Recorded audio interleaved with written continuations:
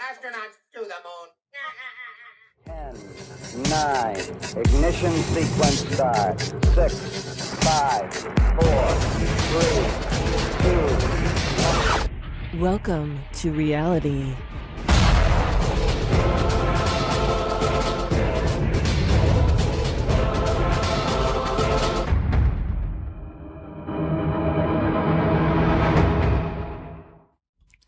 What's going on, everyone? It's Jeranism, back with another video for you today.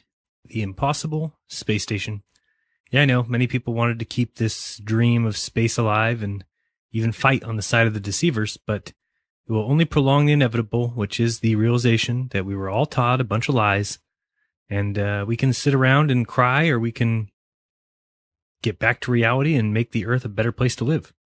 So stop pretending that we can colonize a red light in the sky, or put a million-pound tin can in orbit, or that we can live on a sphere in the emptiness of space. So we're going to watch some ISS footage here in a bit. That should help you see the truth if you are still on the fence, but as I showed in my last video, there is no 24-hour camera feed on the ISS. And for those who are still dropping links and edited videos or links to Ustream saying, here's your 24/7 video, hope you're happy. Well, my question is, where were you Sunday morning when I had the $1,000 bet on the table and we had no takers? So none at all. I see a lot of people who say, I work for someone, or this is a psyop. It's like a psyop. A psyop is to induce or reinforce behavior that is favorable to the government, or to the U.S. government in this case. Do you really think it fits our government's plans to have people thinking the Earth is flat? Which means our tax money has been wasted. Our education system was a scam. Universities, a scam. The Cold War was a scam. Nukes, a scam. Moon landing, a scam. Satellites, a scam. Orbits, a scam. Astrophysics, a scam. Why would the government want anything other than you, yes boys? Let's pretend it is a psyop. Let's just pretend. Or that the government wants to make truthers look dumb. You don't find it rather startling and strange that something we were taught as children as being scientific fact has so little backing that people can be swayed in their opinion of it? I mean, we were all taught flat Earth was stupid. It was a primitive belief by desert wanderers. So for someone to even consider it for a second, there has to be two things. One, a whole lot wrong with the current accepted belief, and some damn good points with the idea we were taught was stupid. I mean, do you think people like taking verbal abuse, being called stupid? Do you think I like to see videos made about me saying I'm retarded? Do you think the people who comment, who have started to notice the deception, want the Earth to be flat? They want the truth, just like me. I mean, I'm not a Christian. I know Christians have a little bit more invested in this, but it doesn't bother me either way, if it's flat or it isn't. Now, at this point, I know it can't be a ball. And that's simply because it's been 14 months and there's been no new proof, just angry drones. Point is, there are major problems with the globe model, but it was indoctrinated into our very foundation, not with proof, not with facts, not with tests, not with science, but with givens and basics and foundations that we all thought were solid, and they aren't. So these were forced truths. They were tricks played on our minds. So, how do you think they did it? Well, let's watch George W. explain exactly how an indoctrinated world is created. And our good hearts and good nature. Yeah, Ken. Mr. President, earlier this year you told us you had ordered your administration to cease and desist on payments to journalists to promote your agenda. You cited the need for ethical concerns and the need for a bright line between the press and the government. Your administration continues to make the use of video news releases, which are prepackaged news stories sent to television stations, fully aware that some or many of these stations will air them without any disclaimer that they are produced by the government. Comptroller General of the United States this week said that raises ethical questions. Does it raise ethical questions about the use of government money to produce stories about the government that wind up being aired with no disclosure that they were produced by the government? There is a Justice Department opinion that says these pieces are within the law so long as they're based upon facts, not advocacy. And I expect our agencies to adhere to that ruling, to that Justice Department opinion. This has been a long-standing practice of the federal government. to use these types of videos. Agricultural Department, as I understand, has been using these videos for a long period of time. The Defense Department, other departments have been doing so.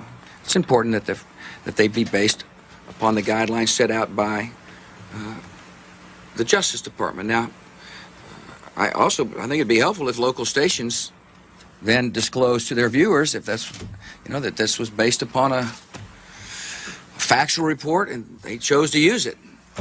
But evidently in some cases that's not the case. So anyway. The administration could guarantee that's happening by including that language in the prepackaged report. Yeah, I don't, look, oh, you mean a disclosure? I'm George W. Bush and I... Well, some way to make sure it couldn't air without the disclosure that you believe is so vital. Ken, I mean, there's a procedure that we're going to follow, and the local stations ought to, if there's a deep concern about that, ought to tell their viewers what they're watching. Yes, sir. So it should be obvious how we were fooled, but since many people don't know where I'm coming from, I'm going to explain it again, and if you've heard this story, you can skip ahead 10 minutes. Otherwise, I just wanted to remind you how I got here, since some people think you must work for the CIA in order to think the Earth is flat. While I ramble, the video will alternate in the background between ISS live feed video, and that will say ISS live in the upper left, and videos that NASA comes out with 2 or 3 days after the fact, and those will say ISS video in the upper left.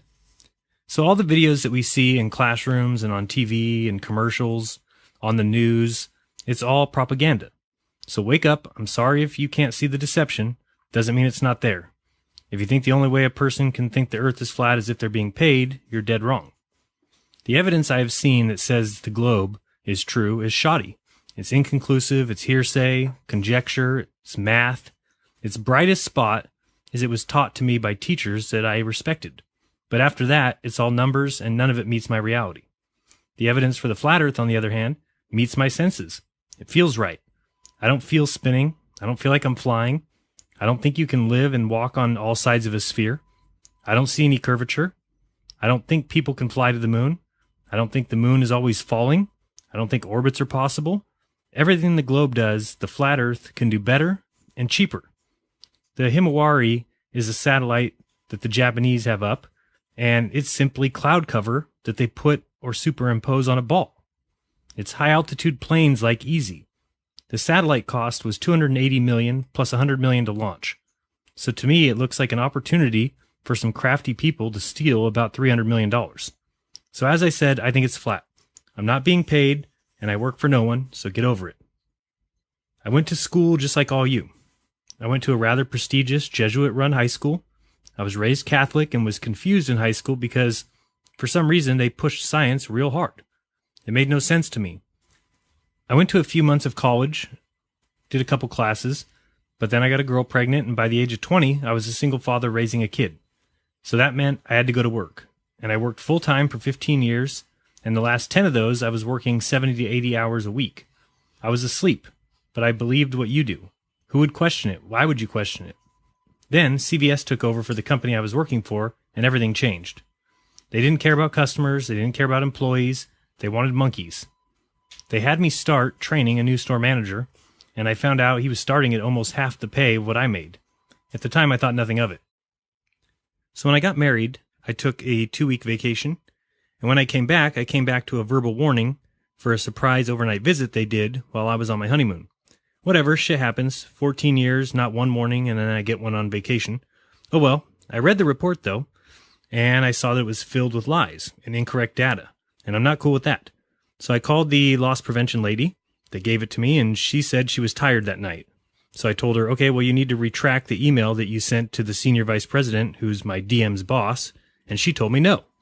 So I said, but your report is false. So I demand a meeting with you and my DM. So I told my DM that I wanted to have that meeting, and I wanted to see the email that she sent to the senior vice president. And he said, okay, and he sent it to me, but I could tell it was cut and pasted. It wasn't the actual email. So I said, no, I want to see the actual email. My DM said, and I'll never forget, you don't want to see it. It's a smear campaign. So I was pissed, and when we had our meeting, I was given another warning, a written warning this time. So this written warning was in early December of 2012, and it was for having excess product in my storeroom, but I was the #1 seasonal store in the district, and it was Christmas time. We had still 3 weeks left to sell it, so I said, well, I'm not going to accept that write-up until after Christmas when the inventory had sold. Well, then I was given a final warning for insubordination, and I looked at my DM who just had his head down, and I kind of saw the writing on the wall. I knew exactly what was going on. I had been working there long enough to know when they were getting rid of somebody, and then it made sense. I had been training my replacement. So I put in my 2 weeks notice, left with my 14-year job history as rehirable, and that left me angry and pissed off basically at the world and the corporate world. So my wife and I talked and said, let's try and work from home. And we tried, and ultimately, well, we lost our home, so it wasn't the best idea. But we did try, and between 2012 and 2014, as we built our bookstore, we got to evaluate our beliefs and our lives and everything that we believed in and trusted, and we fought through religion. It was one of the hardest things we ever had to do, and we saw it finally for the BS that it is, and I became an atheist. I started studying and reading up on science so I could debate Christians and religions to show them the truth, and in no time at all, we saw what science was. It's just another religion. If you can't use your brain anymore, I'm sorry, I could. Evolution is a travesty. People who believe in science simply believe in science. If they looked into it and tried to learn how we date the Earth, or how we carbon date, how do we dig up dino bones, and how we separate DNA, they'll see it's basically a scam. So we wiped the slate clean. My wife and I said, from here on out, we're going to prove everything to ourselves. We're not trusting men. Men lie. And I went right to the moon landings. It was important to me because it had always bugged me. And so as I was researching that, I realized the importance of the moon. At the same time, my wife asked me, do you think that the Earth could be flat? And I wigged out. I said, what the hell are you talking about? No, shut up. Don't be stupid. How would the planes go around the Earth? She's been to Hungary before, and she went east, and I went to the Philippines, and I went west. So I said, what are you how is that possible? And I was pretty upset. I said, we're not starting all over. There are some things that are just fundamentally true. The Earth being a ball is one of them. They've known this for thousands of years. This was the end of 2014, and as I searched the moon landing stuff, I came across Eric Dubé's site, and for the first time ever, I saw the azimuthal equidistant map, and a light bulb went pop. Oh shit, planes can go around a flat Earth. So from then, through January, my wife and I looked deep into the idea of the Earth possibly being flat, and it all fell into place. I came to be a flat earther. It all made sense. Why science is a religion, and how it caused control. How school was indoctrination. How the most gigantic of all conspiracies explained all conspiracies. And my wife said, you have to make a video. And I said, I can't. People would just laugh. People aren't ready for it. So for a month or so, I started the Jeranism Tumblr and was just posting anti-NASA stuff and kind of minding my own business, checking YouTube occasionally to see if anybody else was making videos. Sure enough, come February, Mark Sargent made his clues video, and I saw the way he presented it was a way I felt I could be comfortable presenting it. It made sense. All of it. I said, I can do this, and so we started making videos. So look, if you believe the globe model, you must accept that no matter what numbers are given to you, you'll believe them. Whether they say you spin 1,000 miles per hour or 1 billion miles per hour, you believe it. Flying 66,000 miles per hour through space or 64 million miles per hour through space, doesn't matter, you'll believe it. That should tell you it's just math. It's not reality. You'll believe whatever numbers they put in front of you because they say it's proof. Math proves orbital mechanics, but you can't test it in reality. The globe in every classroom, every commercial, every logo, every emblem, it all made sense to me. I finally understood something that I think, and I could be wrong here, but something I think every one of us has felt at some point in our lives. Something about this world, something about our lives doesn't seem right. We certainly are not cosmic accidents and products of random selection and survival of the fittest, made up of stardust from billions of years ago in an endless outer space. And it doesn't feel like we're here to use our free will to do only as the great God Jehovah has dictated or receive a punishment of eternity for some bad choices over 80 years. But a flat Earth, an Earth that matches my senses. A moon and a sun that I can't explain, but that baffle me and humble me, that the world has a plan, that it has operation, it has design, it has purpose, structure, and reason. Being good to each other and helping each other, it all started to make sense. I wanted to get out and observe and test. I no longer cared about outer space because I'm not going there. And the more I looked into it, neither is anyone else. Now, someone says they do go to outer space, but they fail at every opportunity to prove it. So, it was settled. I was a flat earther. I can see clearly now the globe is gone. No orbital mechanics or gravity. So we move on to the ISS live feed. For a fun time, type ISS live in Google and click the first link and enjoy the view. First thing you'll notice is you never have all those wires up at the top there.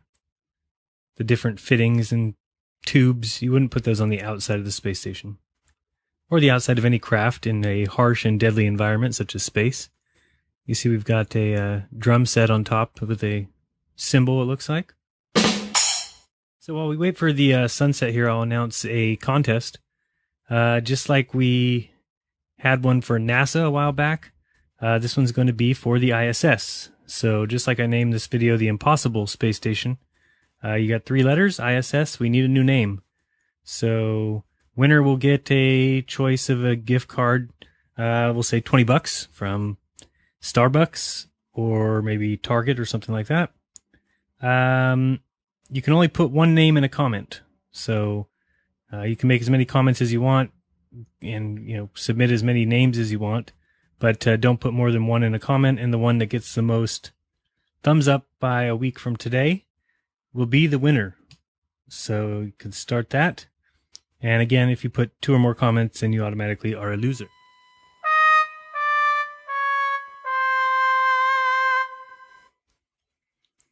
And so you'll notice right underneath that drink umbrella or whatever's up there, there's like a square, kind of a see-through square. So keep an eye on that. After that, we're going to be looking in this area over here where I'm pointing to show you some, I don't know if it's lightning or what they want you to believe it is. It certainly isn't anything exciting, but we'll be pointing that out. But keep your eye on basically the lighting issue here as it flashes in and out. And remind yourself you don't live here or up here or anywhere on this ball at all. But yeah, test this, go to the west side of your house outside and watch the sunset and watch the lighting on the side of your house and see if it flashes at sunset. I would be very surprised if it did.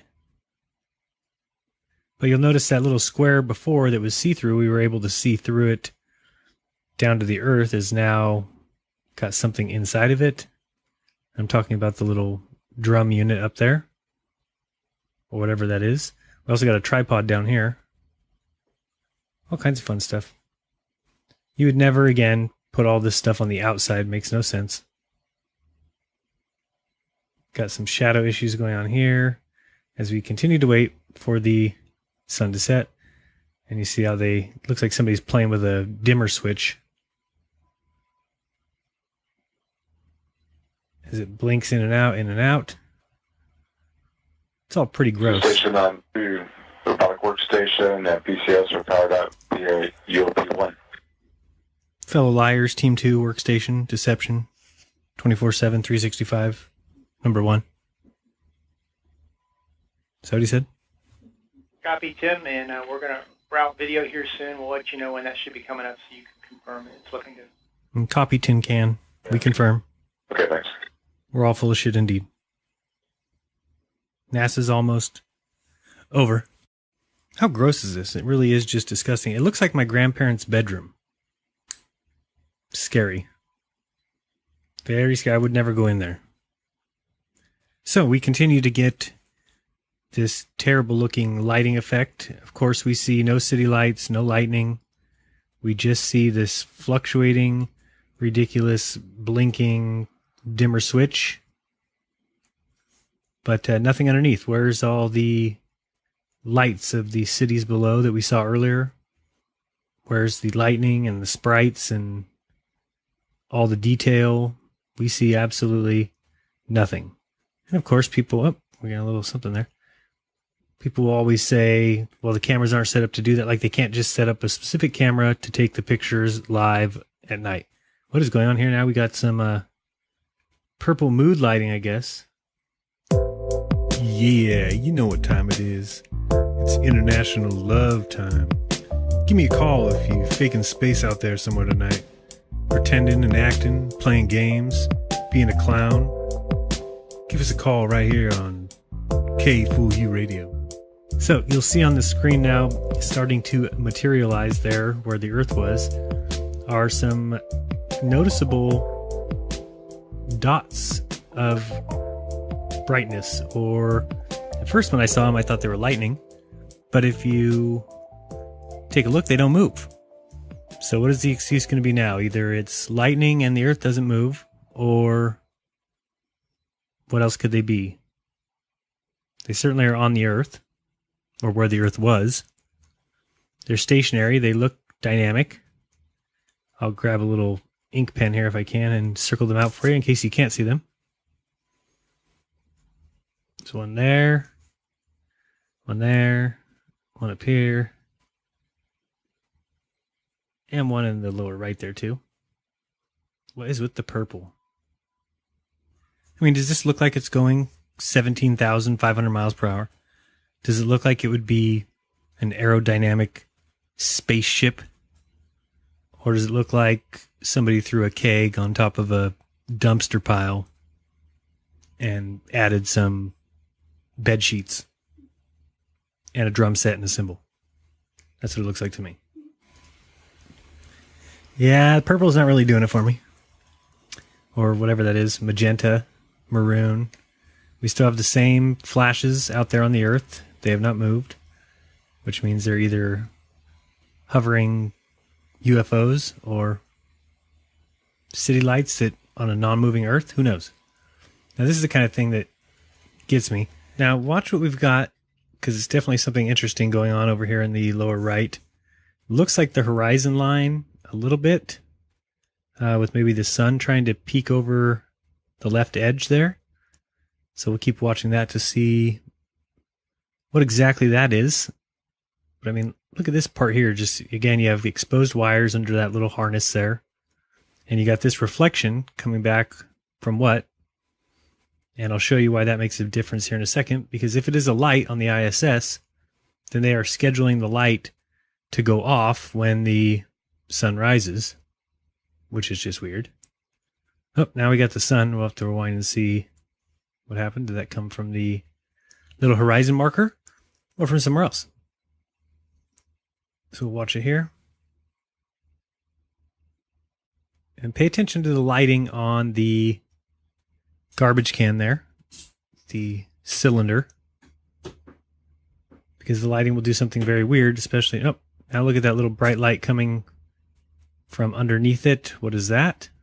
Is that the horizon line in the sun? Who knows? I don't know. Point that out. It's right here for you. And now look at the area above where, oh, unbelievable. So then the sun came from a spot completely different than the two specks of sun that we saw peeking out. I mean, that is no sun. Looks like the moon is in the background. Probably not, but it looks like it. I mean, this is just disgusting. This is the best NASA can do. Do we not have HD cameras? Do we not have the ability to do that? We can get HD pictures of Pluto, though. Easily get that for you. But it's going to be tough to get one of the Earth, I tell you. That is disgusting. So, if you remember, the lights had turned off, which makes no sense. You have that reflection, plus you've got the lighting on the wall. So let's watch the lighting now on the cylinder. You'll see that little speck of light is coming across, which I thought was the sun. But now watch where the sun comes. It's actually going to come from a little bit on top of that red circle. And watch the lights that are on this side of the cylinder. So here comes the sun shining through, and now look at the lights. So see, all somebody did was shut the lights off in unison with the sun for some reason, which makes no sense. Where is that light coming from anyway that would brighten it up like that? We'll watch this one more time. Okay, so we'll watch again. This time sped up a little bit, but remember we thought this was the horizon. Pay close attention to the reflection on the tin can and watch how it coincides right with the sun. And we're about to see that right in that little cranny there. And then watch the reflection go out. So there's the sun and the reflection goes out and everything else turns black. And it's a bunch of garbage. Pretty disgusting. Let's zoom in here and see what's going on. Probably more exposed wires, it looks like it. Oh yeah, wires and harnesses and all kinds of fun stuff. I guess that nobody's worried about their life or anything if those things get hit by micrometeoroids. Makes sense. Oh, well, they're protected by a burlap sack. So 25,000 mile per hour asteroids probably have nothing to do with that. I mean, they'll just bounce right off. It's a burlap sack. Your lives are not in danger, guys. You'll be fine. Why would you ever make the station like that? Maybe that top part closes. But then again, why would it be open? It makes no sense. Yeah, none at all. That is pretty gross. And what is the burlap canvas bag? What's that going to protect you from? Maybe it's a space hammock. Yeah, that's what it is. It's a hammock. And above that is a sponge. Must be. So, why are they using the cylinder to block the sunrise? There's a question for you. It certainly looks like what it was doing. Again, if you were going to take pictures, if you were a photographer, would you try and cram as much stuff in the front of your camera before you took a picture? I doubt it. Doesn't seem to make a lot of sense. So we're losing light here again on the drum set and cymbal. And we're going to find more of those little sprites here shortly. Okay, I can already see one on the right. And now I see them starting to show up. So you see that one. There's one there, there's one there, there's one there. But they don't move. All right, now we get this view. This is a unique view that will allow me to show you something. Say we're looking at this little bright spot in the cloud here. When I press play, it'll be a little bit further along. You can still see it there. See how it's dropping down? It's going down the screen, correct? It started from up top and is going almost 45-degree angle, maybe. And to kind of show it, it was kind of coming about like this. Okay. Now to test this, if you have a globe at your house, what is wrong with you? No, I'm just kidding. We have a globe. If you have a globe, this is where you got to try it with the globe and see if you can recreate what we see from the ISS. So here we'll be looking, looks like at 22 there or so. Whoops, maybe not. So what we're trying to show, or what I'm trying to show, is these clouds here on the bottom will just stay right along that edge while the other clouds all come down. They fall down and the bottom edge just rides along the edge, kind of like this, which if you get a globe and try and turn the globe in a way that recreates this, you can't do it. So they must be using some sort of fisheye lens, and that's what's giving us these weird perspectives, because those clouds should fall over the ball, like those other arrows. The fact that they don't kind of looks like it's all going to a point, if you kind of think of the bottom part of the globe as being a point. Oh, thanks, blue screen. That's some nonsense. It wasn't even the sunset. Don't go there with me. Don't go there with me. Don't go there with me. You want to keep it real, you keep it real with me, because I ain't for no games. So again, do your own research. Don't believe me. Draw it out yourself, get a globe, and try to turn the globe so that the bottom portion stays along the little line there, but everything closer to you actually goes down the globe. If you can do it, you're probably using one of those like Rubik's cubes and twisting one way and the other way. It's not possible. It's definitely done with some sort of fisheye lensing and high altitude planes. Open and shut. So you can see here, you can just watch these little cloud patterns here on the bottom. and they'll just ride along that ridge the whole time. But again, look at the ones up top, and they come straight down. And so just touching back where we were earlier, talking about how they put together the ISS, if you have a spaceship or a plane and you've got safety on the inside and danger, like the blackness of space on the outside, definitely hazardous to human life, you would not build the space station the way they did. You would build everything inside so that you could remain safe. You could go throughout the plane and install things from the inside of the plane. If something went wrong, you would be fixing it from the inside. But that's not quite how they do it on the ISS. They want to build everything on the outside. So they'll put their apparatuses sticking out every different direction. It looks like a disaster. It's kind of a travesty to science that they call that thing scientific. But they put everything on the outside. And not just that, but they run wires and connectors and satellites and all kinds of fun stuff running on the outside. So they've got wires and cords in every different direction. So of course you need to go outside and basically put your life on the line.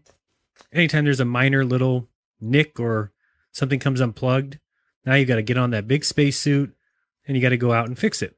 Not only that, but you have to stay tethered to the flying spaceship. So then you've got your little fat astronaut man right here, and he's got to be tethered.